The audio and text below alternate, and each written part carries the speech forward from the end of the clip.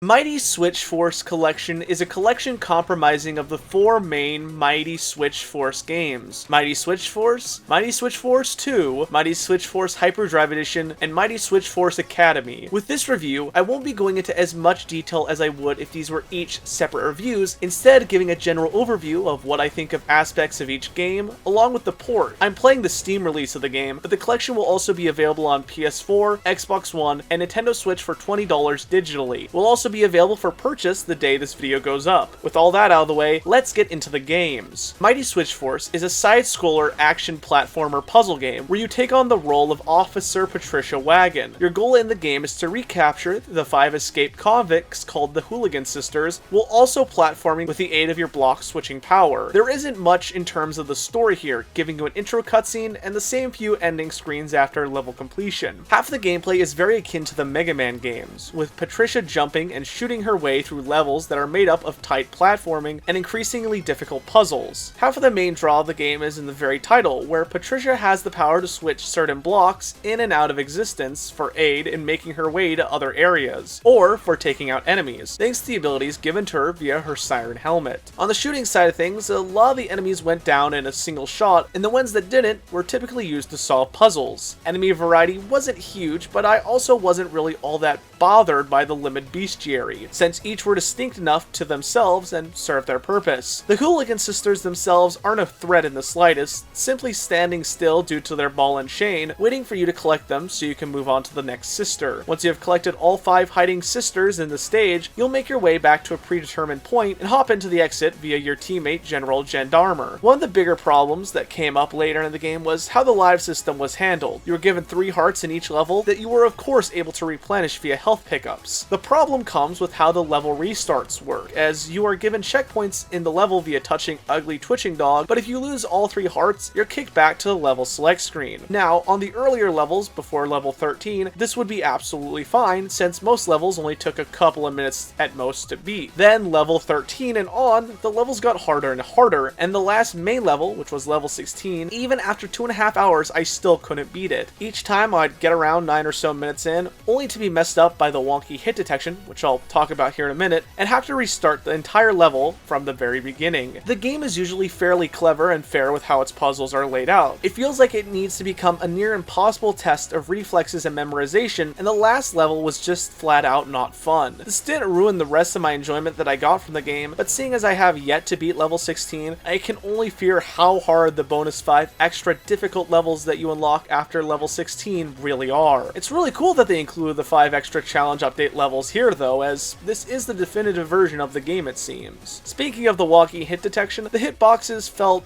off at points, as sometimes I swear less than a pixel of my foot would be inside a spawning box I summoned in, and I'd be instantly sent back to the previous checkpoint after being crushed. Thankfully, outside of the last level, this issue was never too big a deal in the other levels, only occurring when I wasn't super careful with some of my jump timing. A really big thing in the game that I appreciated was the fact that you were not punished for taking a long time to figure out a solution to a level. You could take as long as you need to beat the level and the game wouldn't punish you for it. So while the game was definitely tough, it at least had some fair considerations toward players, which I really commend the game for. The platforming felt good, and when you managed to pull off the block switching along with the jumps, it was a lot of fun. I really felt like the game was best when it was doing this, rather than forcing you into memorization teleport puzzles where you had to remember the correct order of boost pads to get to certain parts of the level. I didn't mind some of the puzzles, I just felt the game benefited more when both aspects of the game along with the shooting complemented each other, instead of one stage overshadowing a certain feature with another. The game's controls were really tight, with each of the actions mapped to a comfortable fitting button. While I rarely used it and I didn't find it all that helpful, it was nice to have a designated key so you could look around a bit more outside of your base field of view to see if you could see any solutions you were missing. I found the game's visuals really charming and really liked the sprite work, but I did find the smoother UI and menus to subtly clash with the more retro look of the in-game art. Patricia and the Hooligan Sisters looked really cute, and the small amounts of fan service on offer were fun, and I got a very classic anime vibe from the whole thing. The enemies, UTD, and General Gendarmer also looked really good, and can I just say how wonderful the subtle storytelling in each level was? Some of the environments were also just kind of sad, like the decommissioned robot graveyard, but thankfully the game was never sadder than this, keeping a fun, cheery, and upbeat vibe to the overall game. The levels had a good deal of variety and color to them, and nothing was hard to see or obscured, although sometimes on levels with trains in the background, I would start to worry that I was going to be hit, and then remember it was just part of the scenery. I was sad that there were only a handful of windscreens for the end of each level, and they mixed them up enough so that it wasn't just the same one over and over again. I do kind of wish you're able to swap out Patricia's costume in the game, but that's more just a personal wish of mine, rather than any complaint, since I enjoyed her silly yet fun police uniform with a big police siren light styled hat. The performance of the Steam version of the game was great, with no slowdown, 60 FPS, and true 1080p. I don't know how the rest of the releases of the games are, but I suspect they are just as good as this one, since outside of an odd scare where my antivirus screamed at me that the game had a virus within, I had no other problems at all. While the rest of the game is definitely fantastic in most places, the sound, and more specifically the music, is where the game was flat out perfect. The soundtrack was brilliant, and I was listening to it while I wrote this review, which I don't do too often. The rest of the game's sounds, even though the voice clips from Patricia were a bit limited, never grew to annoy me or anything. Enemies, explosions, and everything else in between ranged from solid to great sounding, especially with a good pair of headphones. And with all that said, we move right into the direct sequel to the first game, Mighty Switch Force 2. There's an effect with some game sequels that I like to call the Doom 2 effect. It's where the game's sequel is built on the same engine, is similar feeling, but improves on almost everything in the game. The Doom 2 effect also means the game is going to have higher highs and lower lows, and all of that is exactly what you'll find in Mighty Switch Force 2. This time around, Patricia Wagon must don a firefighter uniform and save the planet of Plantland from spontaneously combusting by putting out all of the fires and saving the now completely reformed Hooligan Sisters, along with the ugly secret babies. Once again, the plot is sparse, but it gives a nice setup to what's happening, and the firefighter storyline is always an interesting one to include in a game. Much of the game is still the same as it was in the previous title, with Patricia platforming her way around the levels, but instead of arresting criminals and blasting enemies, she's saving innocents and using a never-ending water cannon to put out fires, as well as splash away enemies. So I don't end up repeating myself, I just want to talk about the new stuff, what I felt this game did better than the last one, and a few things that were sadly worse off than in the first game. The first big change to the game is the fact that instead of packing a laser pistol, you're instead going to be using what is essentially a more dignified squirt gun to put out raging fires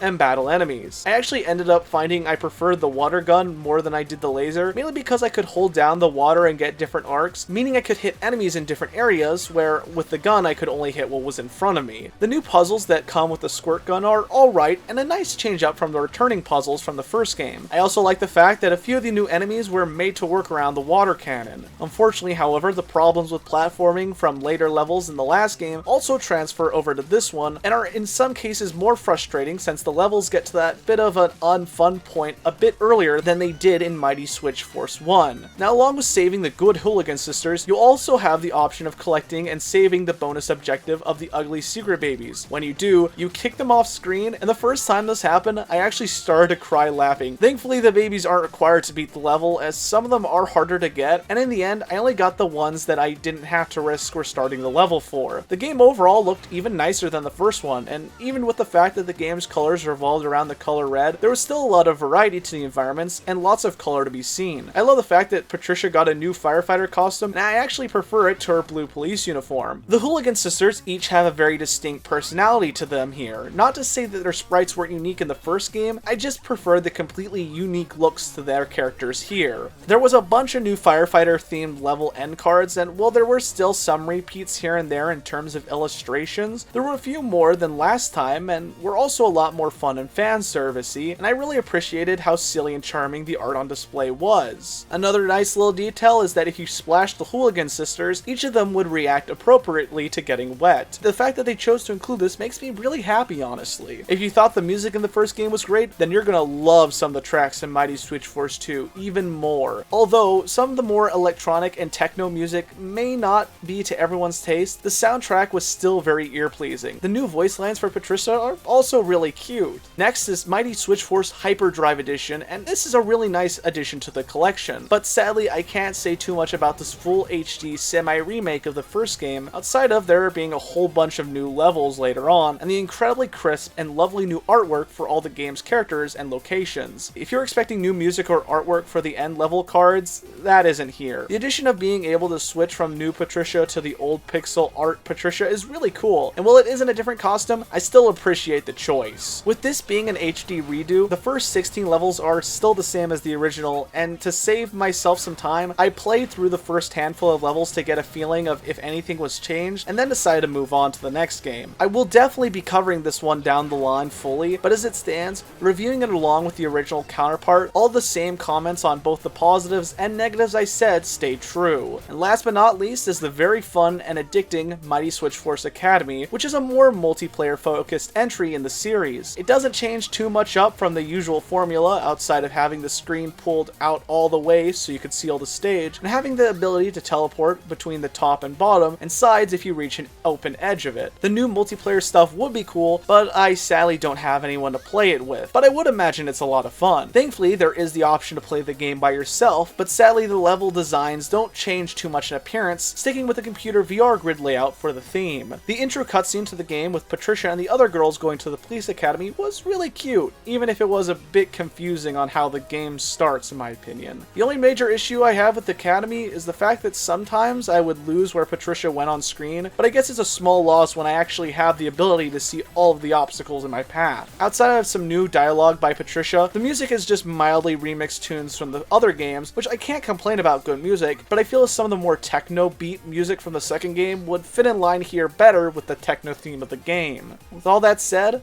I really enjoy the Mighty Switch Force collection, save for the few moments of frustration that come later in the game. I had a lot of fun figuring out the puzzles and making that work with the platforming, and while yes, the game does start to go into frustrating territory of annoyance near the end of each game, the rest of it is too good a time to pass up. The games look great, sound great, and most importantly, play great. And with the price point of $20, that's honestly a really good deal in my opinion. If you don't mind difficult puzzle and platforming games and love a lot of charm, I would highly recommend you check out this game. Although, I would suggest new fans to the genre, or those of you out there that either don't do well with frustration at games or might not enjoy a challenging experience, approach cautiously, as the levels really do get tough later on. With 4 games in the collection that will run you around 3 or so hours each, the games on their own are a bit on the short side, but playing them back to back will satisfy you if shorter games aren't as appealing to you. Anyway, I want to give a big thank you to Way Forward for sending me an early copy of the collection for me to review on the show. Go and show them some love on their social media, as they are wonderful people. If you enjoyed the video, please consider checking out the rest of my content or taking a look at my Patreon linked in the description below. A big thank you to the show's patrons Gemstar Gold and Project Nova. If anyone has any questions, comments, or review suggestions, let me know in the comments down below. Until next time, this is Thierry Williamson signing off